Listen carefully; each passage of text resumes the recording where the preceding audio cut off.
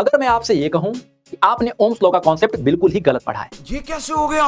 तो आपको जरूर ऐसा लगेगा कि सर आप मस्ती या फिर मजाक कर रहे हो। लेकिन मैं आपको दावे के साथ कह सकता हूं कि आपने बिल्कुल ही गलत कॉन्सेप्ट को सीखा है। खाओ मां कसम। तो क्या है सही कॉन्सेप्ट? आज के इस वीडियो में हम उसी के बारे में बात करने वाले हैं। यहाँ पर आपके पास दो अलग अलग इक्वेशन है। पहला वाला इक्वेशन है voltage is directly proportional to current, और दूसरा इक्वेशन है current is directly proportional to voltage. अब इसमें से आपने 99% बच्चों ने जो कॉन्सेप्ट सीखा है वो पहला वाला इक्वेशन वो सीधा सीधा याद कर लेते हैं, लिख लेते हैं। लेकिन मैं आपको बताना चाहूंगा कि दूसरा वाला इक्वेशन है वही 100% करेक्ट है।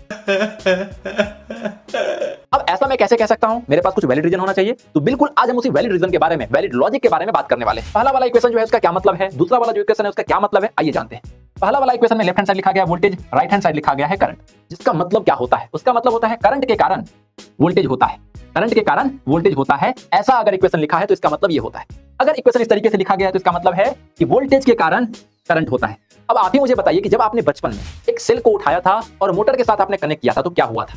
सेल में हमारा वोल्टेज था और वोल्टेज के कारण करंट फ्लो हुआ था, जिसकी वजह से हमारा मोटर चला था। दूसरा सिनेरियो, दूसरा एग्जांपल आपको अगर याद हो तो आपने बचपन में सेल की मदद से एक एलईडी बल्ब को भी जलाया था। वहां पर भी क्या हुआ था? तो वहां पर भी वोल्टेज के कारण करंट फ्लो हुआ था और हमारा एलईडी बल्ब जला था। इसका मतलब क्या हुआ कि वोल्टेज के कारण करंट फ्लो होता है, ना कि करंट के कारण वोल्टेज फ्लो होता है। इसलिए हमारा ये वाला इक्वेशन सही है। तो अब इससे हम ओम्स लॉ के फाइनल इक्वेशन तक कैसे पहुंचेंगे? तो यहाँ पर हमने इस इक्वेशन को कंसीडर किया है। इस साइन को यानी कि प्रोपोर्शनलिटी साइन को जब कभी भी हम हटाते हैं तो वहां पर दो चीजें पिक्चर में आती है। एक हमारा इक्वल टू का साइन, दूसरा हमारा कोई कांस्टेंट टर्म। यहाँ पे हमारा इक्वल टू का साइन आ गया और यहाँ पर हमारा 1/r, जिसको कि हम कंडक्टेंस के नाम से जानते हैं, हमारा कांस्टेंट आ जाएगा। v के साथ 1 को मल्टीप्लाई करेंगे, v आंसर आएगा, नीचे हमारा r आएगा, i is equal to v/r, और फाइनली हम क्रॉस मल्टीप्लाई करेंगे तो i into r हो जाएगा इज इक्वल टू v। तो फाइनली हमें क्या मिलेगा? v is equal to ir, जो हमारा है final equation of Ohm's law. तो आपने आज के इस छोटे से वीडियो में ये जरूर सीख लिया होगा ओम्स लॉ का सही कॉन्सेप्ट क्या है। तो अगर आप इसी तरीके के और भी शॉर्ट इंफॉर्मेटिव वीडियो पाना चाहते हैं तो हमें यानी कि प्रियसर विद्यापीठ को जरूर फॉलो करें और इस रील को अपने मैक्सिमम फ्रेंड में जरूर शेयर कीजिएगा।